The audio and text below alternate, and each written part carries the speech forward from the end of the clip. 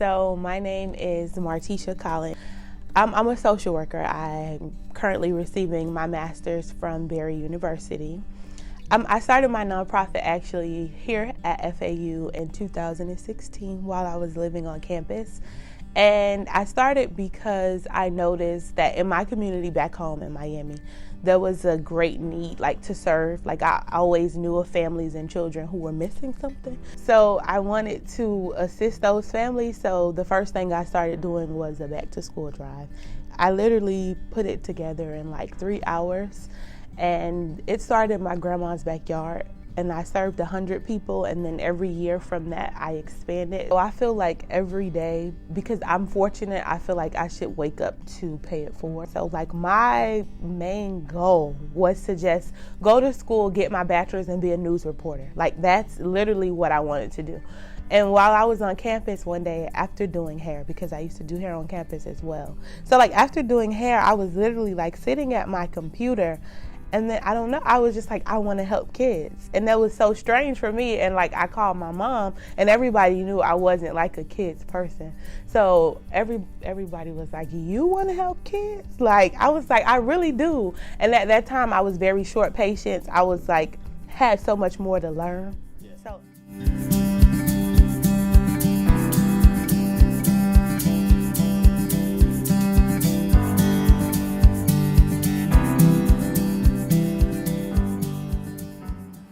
How's it going, powerful people? My name is Edouard, holistic health coach and motivational speaker, and I want to welcome you to this holistic experience called the Unlimited Power Show, where we shine light on your unlimited capability to achieve greatness. Now, how do we do that?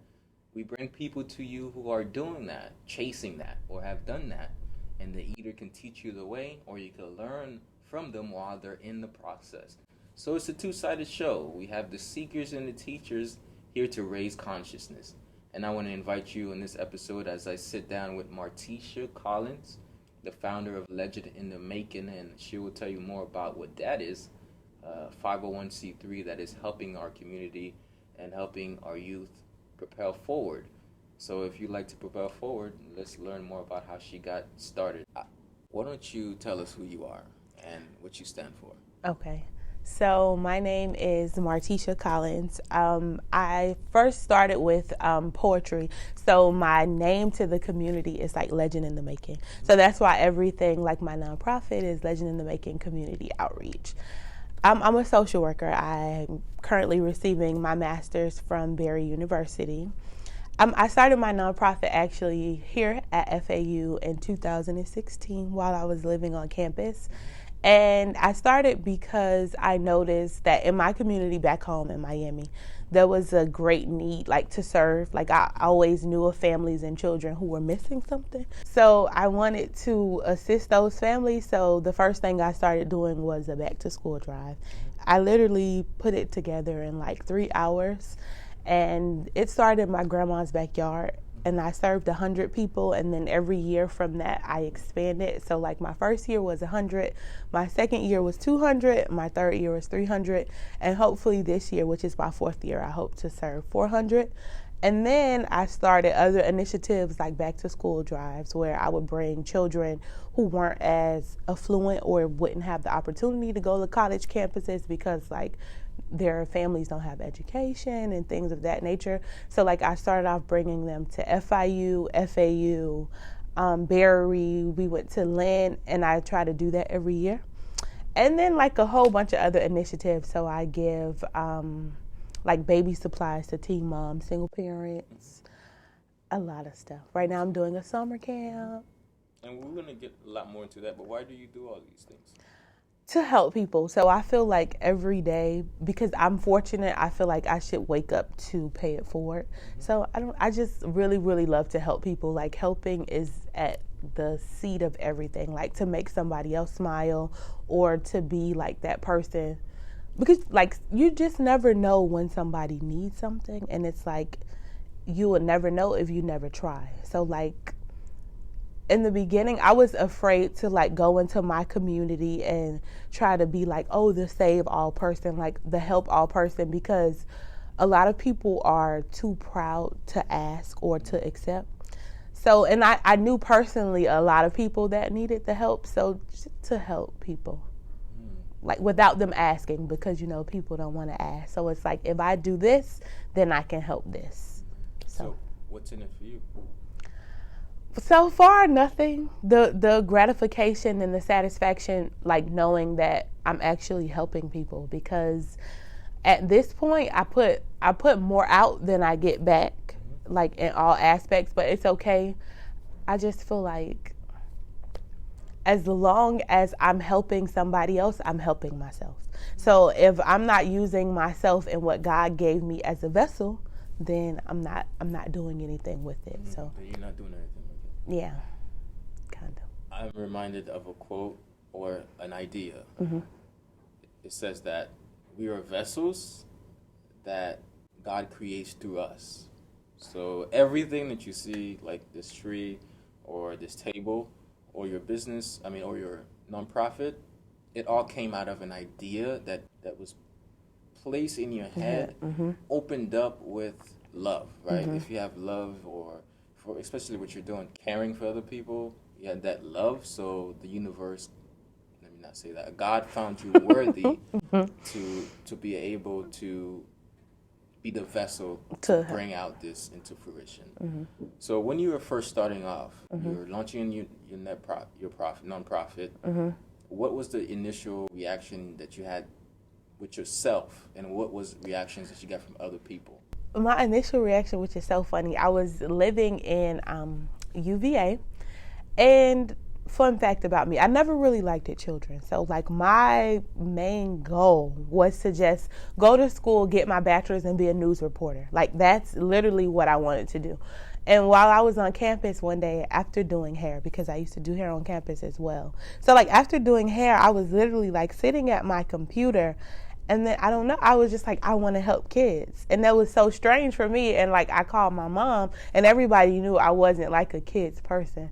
So everybody was like, you want to help kids? Like I was like, I really do. And at that time I was very short patience. I was like, had so much more to learn. Yeah. So it just literally came out of nowhere, like nowhere.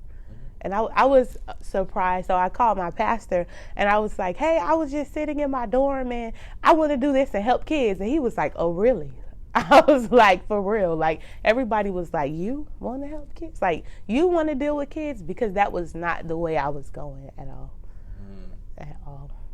So there was a level of resistance there. Like, was there a level of resistance for you? I don't think it was resistance. I just think I was shocked with myself.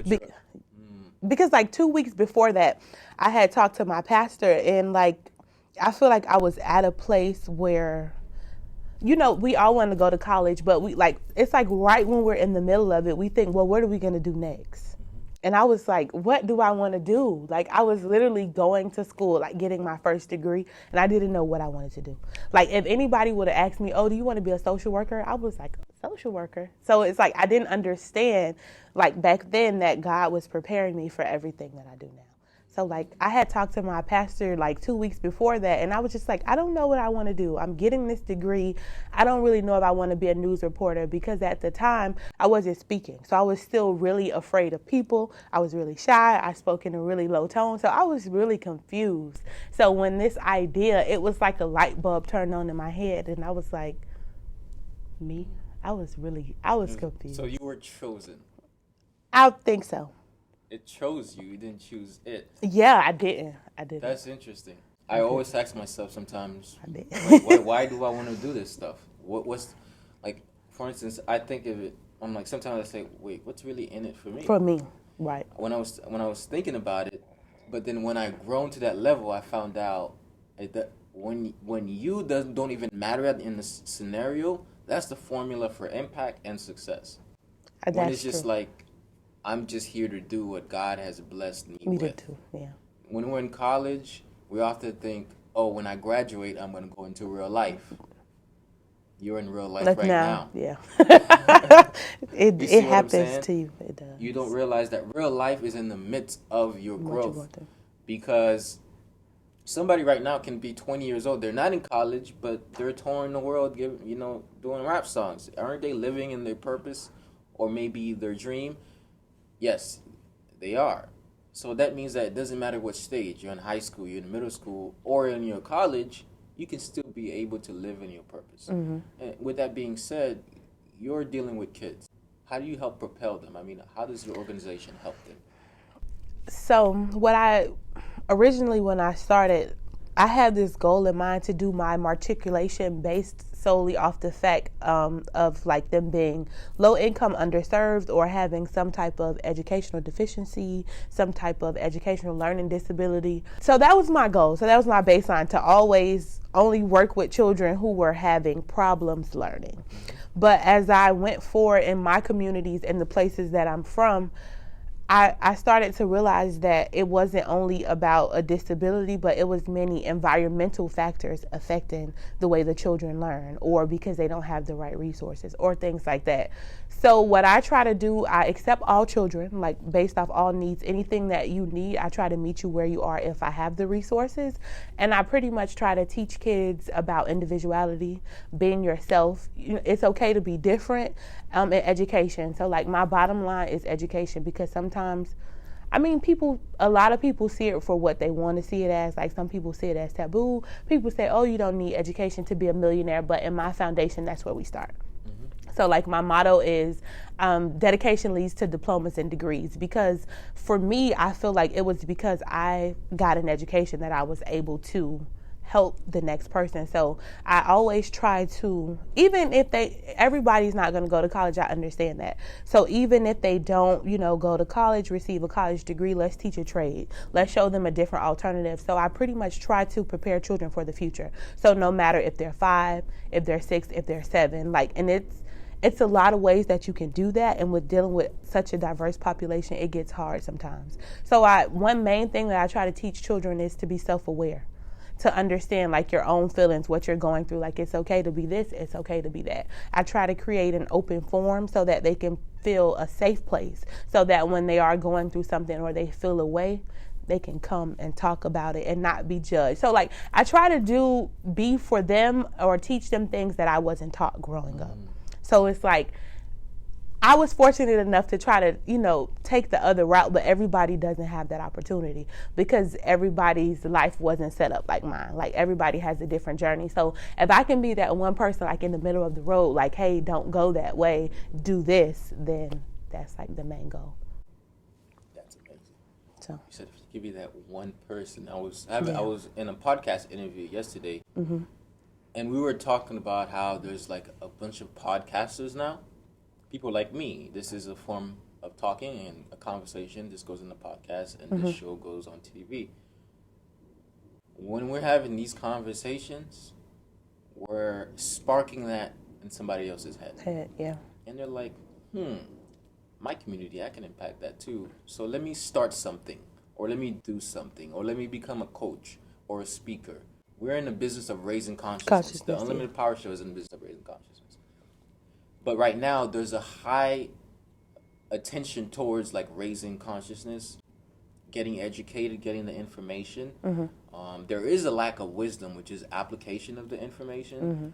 However, it's slowly becoming better and better, because eventually the information, if you have so much information rotating in your head, and you have the right emotions, energy and motion, and then you have the inspiration behind it, which just means to be in spirit. If you're in spirit with the information, with the inspiration, and eventually the wisdom of applying those things will start happening. But the world needs people like you, and they need people who are hosting these platforms to kind of get this message out there. So I believe that God is working through different people right now more than ever. And it's up to us to see that as a mission in life, a vision for our future, and a way to contribute to the world. And it's amazing, and I'm really happy that that's happening right now. Thank you. Thank you for doing that and contributing to our society. If you're watching this episode right now, think of ways that you can contribute to your society, different things that you can do to help people propel forward. So, Martesha, tell us about a moment where you had self-doubt. You didn't feel so well about starting this or whatever it is, whatever, because you have a lot of endeavors that you engage and you had self-doubt? I do. I'm gonna see. Let me pick a big one. Well, I can say like what's happening now. So it's not so starting the race, but it's about finishing. Like, what do you do when you're dead in the middle of it and it's like everything is going crazy around you? And it's like, what do you do? So it's like I'm in one of those situations now where, so like I have a program. So my summer camp is a newly initiated program. I just started it. I literally decided that, okay, I'm going to do this camp, 3 days? 4 days before the summer started. So a lot of stuff was like, I had to rush and do a lot of stuff. I had to rush and put staff together. My building, I had to paint it. I had to do like full renovation. So like, it was so many times just in that process that I wanted to quit. But okay, let's fast forward. Almost 2 months in, like, you have your staff, you have your building, you have your children, like, you have everything that you need, but then situations start to occur. And it's like really, really heavy situations. And it's like, do I want to quit? Like, do I still want to do this? Because no matter what I do right, it's like I can't do right. So it's like, it's always so many things going on that pushes me to quit. And it's like, even coming here today, I was like, okay, I was having a moment. I was like, okay, we can get, these kids are going out of town. These are leaving. Like literally saying, okay, these children are leaving. They're leaving. They're leaving. Okay, let's close the program. But it's like, you don't quit in the middle of it because this is going crazy and they're acting this way and you're losing your mind and you have to pull from this to do that. Like, you don't give up. So it's like I was literally having a moment coming here like, what do you do in the middle of it? Like, you push forward, like you finish. So it's like, I don't know. I have a lot of moments like that, and it's never in the beginning. So like, starting is never the difficult part. Getting the resources is never the difficult part. The difficult part is always for me, like right in the middle of it, something traumatic happens. Like always, like something happens, somebody gets rubbed the wrong way, somebody gets angry, stuff just like breaks out, and it's like, do you stop? Like, no, I don't stop. And it's like every day, like from a couple weeks ago to now, I've been waking myself up saying, you have to do this because it's not about you. So like, that's like when I have those difficult moments and I want to give up, like I remind myself it's not about me, it's about the children. So like, I'm constantly reminding myself of why I started in the first place. Like, that's literally the only thing that keeps me going. Like, do you like I come back to here sitting in the dorm, like, do you think it was you who gave yourself that idea to go for? No, it was God. So because if he brought you this far, he didn't bring you this far just to bring you this far. So like, that's what really pushes me, because I have a lot of those moments, a lot of them. You have to grow to the level, not go to the level. That is true. Right? That is absolutely true. And you can't go to the new level, the next level in your life, if you don't get these little breaking points or these opportunities masked as problems. Those things, they force you to grow. Lessons. When you're in pain, what happens? You learn from it. You hurt, you learn from it. You take the feelings, the experiences, and you say, this is what I'm not going to do because I never want to feel this way again. So you learn from it. Hey, welcome back. My name is Edouard Giles, and you're tuning in to the Unlimited Power Show. Today I'm speaking with Martesha Collins, and we speak about living a life of purpose, and that's not all about you. So Martesha, we were just discussing how you have to pick yourself up sometimes. You have to see past the obstacles. But however these circumstances, these situations come up, these emotional outbursts, or things don't go right, how do you deal with that day-to-day issue? So when we say day-to-day issues, I'm just gonna say in general right now, from this point, what I'm experiencing right now. So I just got a facility, so I'm running the facility. Then I have staff. I'm also working full time, and I'm at 2 jobs full time because I'm actually transitioning from one to another. Then I'm also in school full time, and then I intern. So how many things you got? Let's one, two. That was like 6, right? So I'm in school full time. Mm-hmm. I have my organization. I work 2 full-time jobs, and I'm interning full-time. And you're interning full time. Yes. So like in a day, I have to be a lot of places. So like one of my main issues that I'm trying to conquer was being present, because I got a lot of complaints about like, oh, you need to be present more, or oh, you need to run your business, or how can you do this if you're not present? So like one of my biggest feats right now is being in all of my places at one time, because the reality of it for me is I have to be in all of these places at one time. You said being in all of these places at one time. What do you mean by that? Like I have to keep in constant communication with my staff here. I have to make sure that, because I also intern at a state prison, so I also have to make sure that they know, okay, I'm coming at this time, I'm leaving at this time. Then school, I also have assignments, and then working. I have over 200 clients that at the end of the day, on top of everything else I have going on, I'm responsible for as a social worker. So it's like I have to be in all those places. So I have to answer my personal phone. I have to answer my work phone.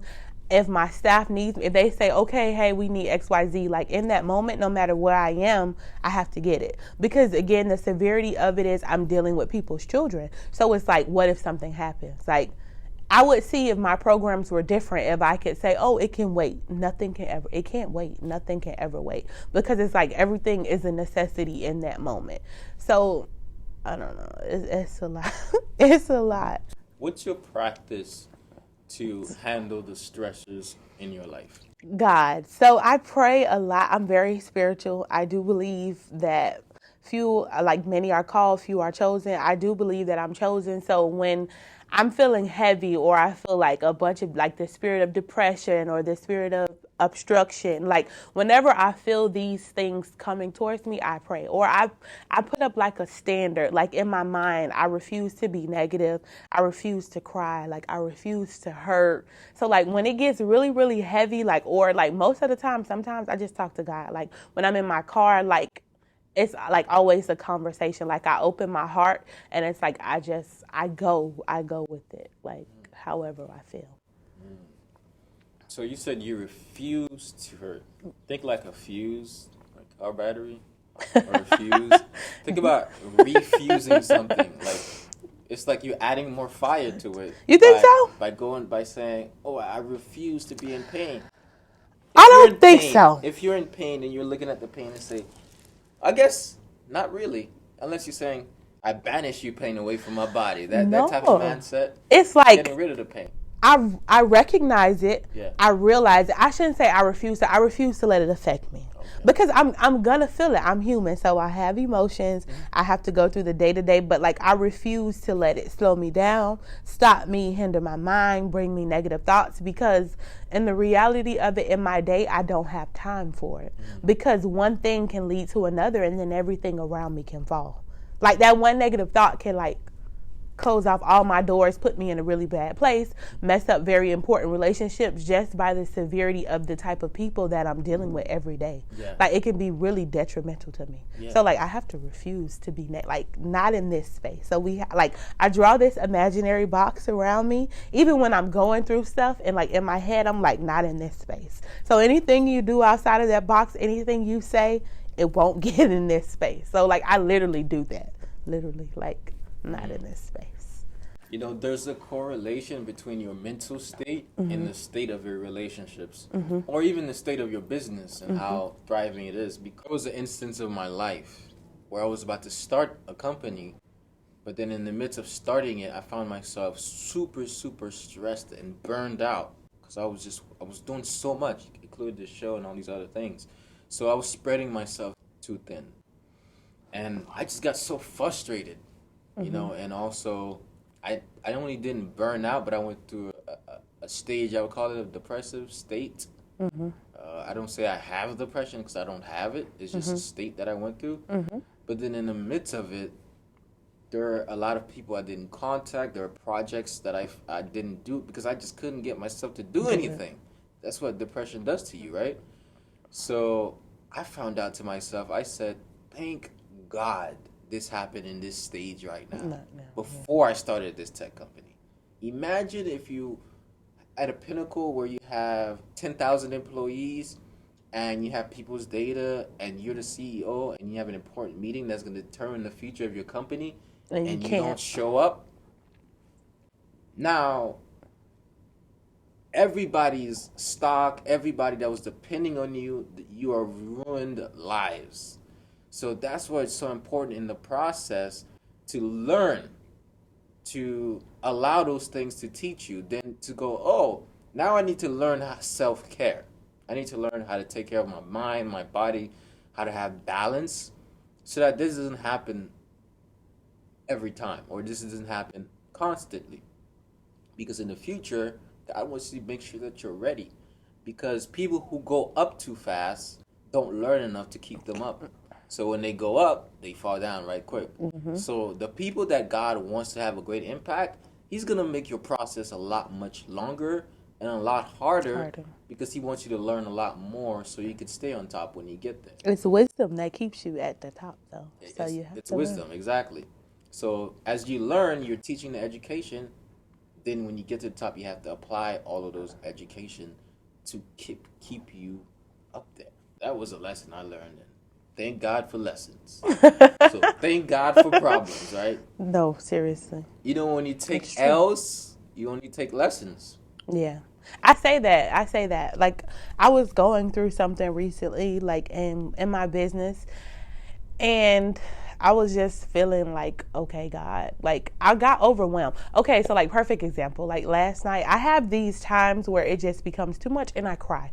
So I'm a emotional person, but I don't cry as much unless it really like moves my spirit. So last night I was like in a place and I was just crying, and I was like even talking to like my mom and my dad. I was just like, I don't want to be angry. Like, I take everything as a lesson. And I feel like the fact that I think that way, it helps me to wake up and like propel forward, because like you didn't hurt me, you didn't harm me. I'm not sad. I took it as a lesson. So like I learned from it.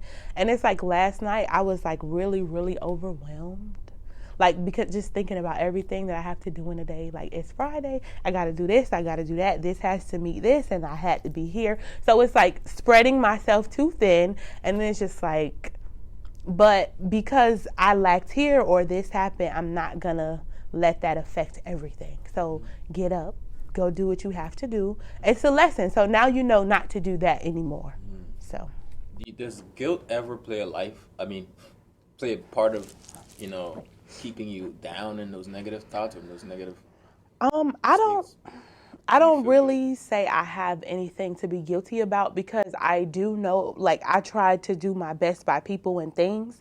So like I never go into things having like my own agenda or trying to like, I don't do that. So it's like if something happens and like, let's say I have to let you go or I have to fire you or I can't do this anymore, I'm not guilty because I tried my best. So it's not like I'm doing it to hurt you. I'm not doing it to harm you. I'm not doing it to break you down. Like, I'm literally doing it because it needs to be done. And if I got into any points where I had to do anything or be stern with anybody, like I don't feel guilty about it, because it's like I really try. I always try. Like my last option is always saying, okay, look, I can't do this anymore. Like, I feel like I'm a very creative person, and I'll find a million ways to do one thing before I just say I can't do it anymore.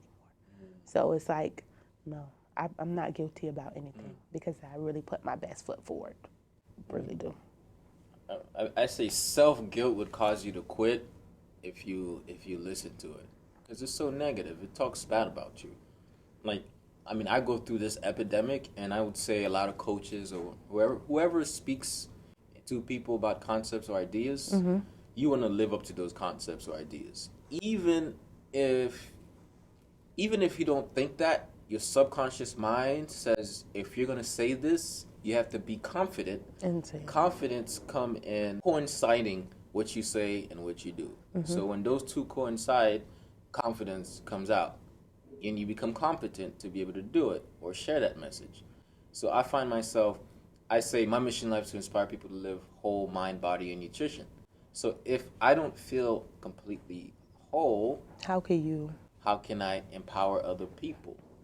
So, but what I have to step back and say is that I also admit that I'm on the journey to becoming whole and having that whole mindset behind it. So I have to bring myself back with anchors, anchors that reminds me that I'm still in the process of growing, that I will make mistakes, that there are people with millions of dollars that haven't gotten certain areas of their lives figured out, or haven't even worked on their ego. So you can't blame yourself for being in the process and growing within the process with that self guilt. So diminishing guilt by seeing what you're doing as a contribution, and that even though you yourself may be a little bit out of tune, that it doesn't matter, that it's the mission that really matters at the end of the day. So Martesha, we had a great conversation about the process, about the lessons you've learned so far. Let's talk about the future now. So where do you see yourself in the next 5 years? As in, like, goal specific or just overall? Where do you see yourself? What's the vision? In the next 5 years, I'm going to be a billionaire. No, I'm just playing. No, I'm serious. But in the next 5 years, like, I plan to do like a lot of things. So right now I'm in the process of opening a charter school. And then I'm also in the process of opening a daycare. And then hopefully by the end of this year or next year, fingers crossed, I'm going to go to Georgia and I want to do the same thing. So like what I do here, I just want to replicate in another state. So hopefully I can have my school open here, my daycare, and then try to implement other initiatives at my community center. I don't know what I want to do yet. I think I want to do something with the elderly, but like I'm always looking for new things to do. So hopefully launch a initiative for the elderly and then go to a different state and do everything again in a different state. Same thing, different state. And then just expanding that. So can you paint us a picture of how your life looking like? Where are you living? What are you doing? Where are you staying? What are you speaking? What's your role in the community? Paint the picture. I don't know, because I don't know where I want to live. Like, that's the thing. That I can tell you everything, but I can't tell you where I'll settle. So like I really don't know. Like in my mind, I have this idea that I'm gonna live in Colorado. I don't know why. I just always wanted to move to Colorado, but I really don't know what state I'll be in. Maybe I'll be back and forth in between a lot of places. I do want to own multiple homes. So like if I'm in a state frequently, like I want to have a home in each state that I'm in. You said what cars I'm gonna drive? You said cars? Yeah, what do you got? I don't know. I'm not really a car fan, but I do want a Jag. So I want an F-Pace. I just want a truck. Simple. How are you feeling? I think I'm so bored because I have everybody else running all of my other things and I'm just overseeing. So I'm in a place where I'm going to constantly open more things because I'm just going to be overseeing a lot of things. So not bored, but having more time to invest in the thinking process that creates those new ideas. Yeah. New realities. There you go. So I'm going to be constantly trying to do new things while I feel like God's going to put in place of course, everybody needs a CEO, an executive director, a facility director. I don't think I'm going to be so hands-on. Like, I think I'm going to be a part of everything that I do, but I don't think I'll be included in the everyday operations. So I think that I'll be like that person that's there, but you never see kind of thing. So, You'll probably be doing stuff like this so that people can know about your organization. Right. That's what I'm saying. Today is the beginning of that outreach, attracting more of them into your life so that you can get the message out there. So let's walk through a couple of the, standard procedures that we do. I always ask, hey, so what's your morning routine looking like? Okay. My morning routine every day is every day I'm up at 4:30. Lately, for the past 2-3 months, every day I'm up at 4:30, dragging myself out of bed. And I'm just getting ready for the day. Most of the time now it's become a habit to pray because I feel like I'm praying into those things that's coming against me. So it's I'm always prepared. Like, so I'm like, I don't know what's coming, but I know that something's going to happen. Like, I live that type of life. Like, nobody's going to let me go through the day smoothly. So it's like something's going to happen. So I'm just getting my mind ready. Most of the days I try to get back in the bed and go back to sleep. And then if I do go back to sleep, I probably get like 2 hours of sleep, and then I'm jumping back up, running into some clothes because I got to be here by 8 o'clock, and then I got to be there by 9. So like my days aren't like, my mornings are very bad because I'm not a morning person, but I'm forced to be. So it's like I gotta brush my teeth, I gotta put on my shoes, and then like I always have a million bags. So like I got a book bag, I got a purse, and I got a laptop bag. I got like 3 computers, and I gotta go here. Like, so that's my morning. It's always hectic, always. So I mean, eventually you're working on becoming, better, more conscious, and also one of the things, some of the words that you say. Sometimes you have to speak what you want into existence, and even though the truth is the truth, right? But that's the truth. The truth repeated, look, facts repeated over time become truth. How about that? You just speaking the facts, but it doesn't become truth until you speak it over and over. If you spoke organization, if you spoke lack of hectic circumstances, you're like, oh, my morning things are gonna go really well today because the energies around me will not affect my aura, right? My aura is gonna be so good that I'm gonna neutralize negative energy. You know what I'm gonna say about myself? Like, if I had a morning, it would be very weird to me to have a morning that I can get up and take my time and drink coffee. Like, that's not normal to me. So I think I like the hustle and bustle because it keeps me going. It like lights a fire under me, and it's like, okay, go. Like, I can't be like, okay, I'm gonna listen to music for 30 minutes. I can't. I've never been that way. So. Well, what you've never been, maybe you have to try it. You think so? Yeah. So I'm gonna tell you, everything you're saying is totally relatable because I've seen it in my own life. When I first started, I was like that, go get it. I wake up first thing. I had like a client training. And I'm like, oh, just all day working. I never made time out for myself. And what I found out was that was holding me back. There were ideas, there were words, there were things I couldn't communicate with. I couldn't be that vessel because my mind was so clogged up with things I have to do, to-do list, and other things. So when I found out that what I had to do is I had to have an hour of power in the morning. Hour of power, hour of prayer, hour of purpose, whatever you want to call it. That hour of power is the time you spend with yourself and with God. You wake up intentionally, how my day is going to be great today. This morning, I wake up with these flashes, right? I woke up and I was like, that's what I need to do. Every morning, I'm getting these little intuitions. I'm like, the other day I was like, I need to contact FAU. I get answers in the morning. I'm like, I need to contact FAU to sponsor the show. Maybe they want to get their commercial on my show. And this morning again, I woke up with another idea. So you get these ideas in the morning. That's that period where your brain is actually releasing DMT. When you're sleeping, your brain releases DMT. That's the dreaming that happens in your the pineal gland releases DMT, and in the morning, that's when your head is at a stage of creativity. So if you don't hone in on that first hour, if it goes towards emails, or if it goes towards, my day's gonna be hectic, or if it goes towards a lack of organized morning, then it starts to affect your aura all day. Then you begin attracting these things to your life. I don't think that's true, though.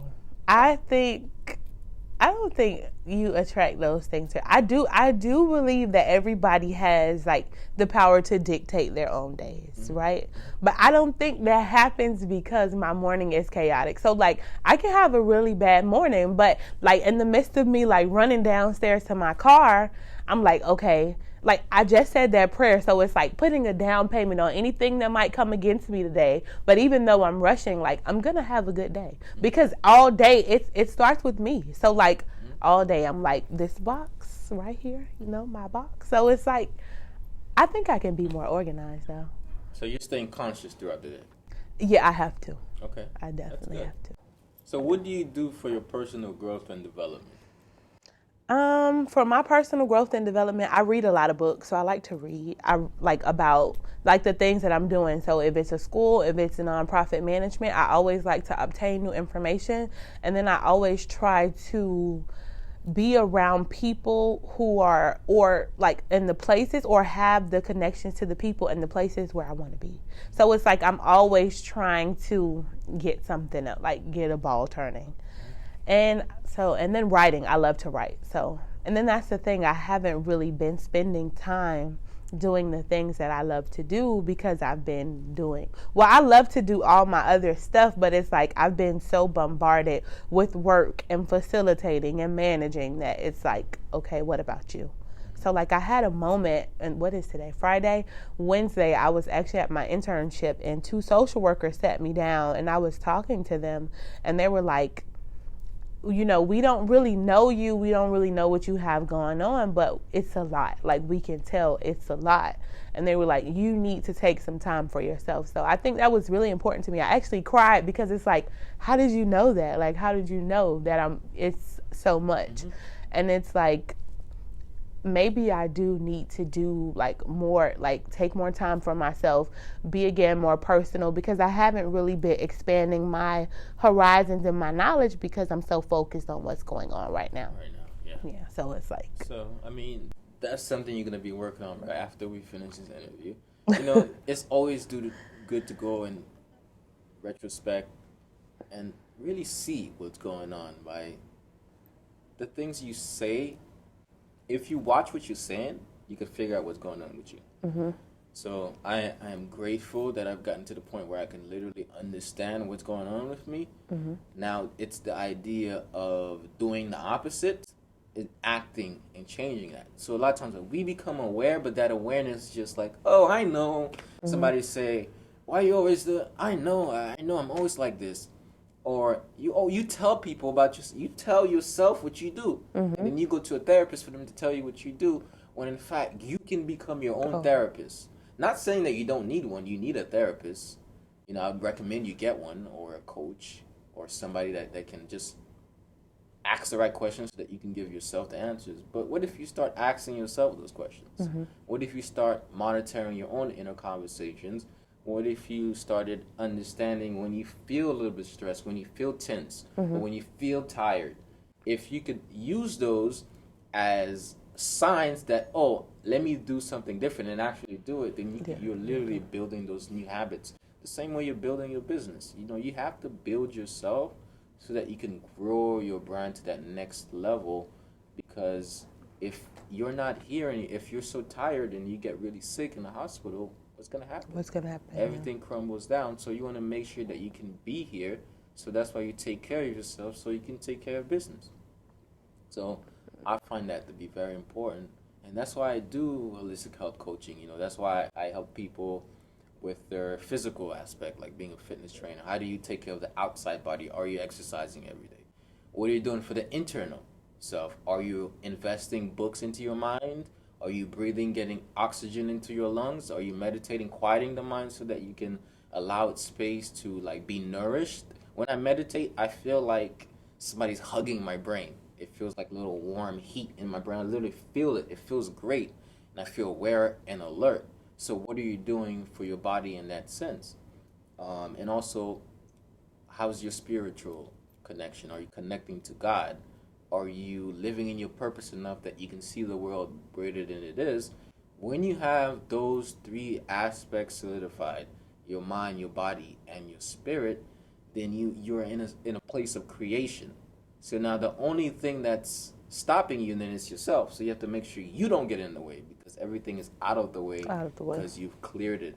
I mean, God has helped you clear it. And clearing, making space for the end of this interview, how can people support your organization and support what you're doing? Volunteering is really, really important to me. I feel like with a lot that I do in the area that I do it in, everybody wants to be a part of it. Everybody wants to be like a big part of it, but nobody wants to help. So right now I am really in need of volunteers, just people who want to help people. They can also donate. You can donate anything. Like I have people who donate clothes. I have people who do financial donations. I have people who donate food. Like people literally, anything that you have to donate that you feel can help others, they donate. So. And how do people get in direct contact with you? So emails. I don't answer the phone. It's really hard to text back, but email. So I do check my emails. I check my emails more than I check my text messages. So email is a good way. And what's your email? I have 2 emails. So my email for my nonprofit, like related, if you want to do an event, if you have donations, it will be educatelegends@gmail.com. That's legends with an S. And then my personal email is marteshacollins@yahoo.com. And also, what is the website and social platforms? So my website is www.educatelegends.com. My Facebook is Legend in the Making Community Outreach.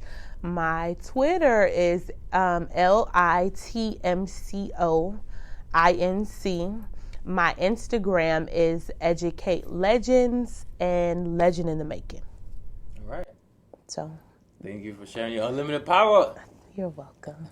One last thing I always say is, what would your last message be, considering everything you just said today, that you weren't here, you didn't know what you wanted to do, and then eventually this thing was given to you, this idea, you were blessed with this idea. How would you empower somebody else to get on their journey of discovering their unlimited potential? I think always keeping like your mind open, like the possibilities are endless. I think it's very important to understand that sometimes it is bigger than us. So what you may want to do may not be God's will for your life. And always stay in tune with your spirit. So like I said, I never had a desire to work with children. I've always just in my head thought I was going to be such a big star. I was going to be a news reporter, but I actually took the other way, and I'm very hands-on with people. So just be open to knowing that what you have in mind may not be what God has in mind, and constantly staying in tune with yourself so that you can understand what it is that you want to do and what makes you happy. So that's a great message. Well, thank you. You're welcome. And thank you for tuning into this episode of Unlimited Power. I want to remind you that you have the unlimited potential to achieve whatever it is that you want. But first you have to believe it, put the intention out there, and work on it before it can happen. But until then, guess what? The world will forever miss all your talents, all your gifts, and all your abilities, and all the great things that you have to offer. So remember this one thing, if you don't remember anything from this. Let your light shine, don't hide it, don't dim it. And once you do that, everything that you want will come into fruition. Once again, my name is Edouard Giles. Please be sure to follow the Unlimited Power Show at Unlimited Power Show on Instagram, and follow me at CEO Ambitionist across all social media platforms. With that being said, you have a powerful rest of your day and rest of your life. Bye, guys. Peace.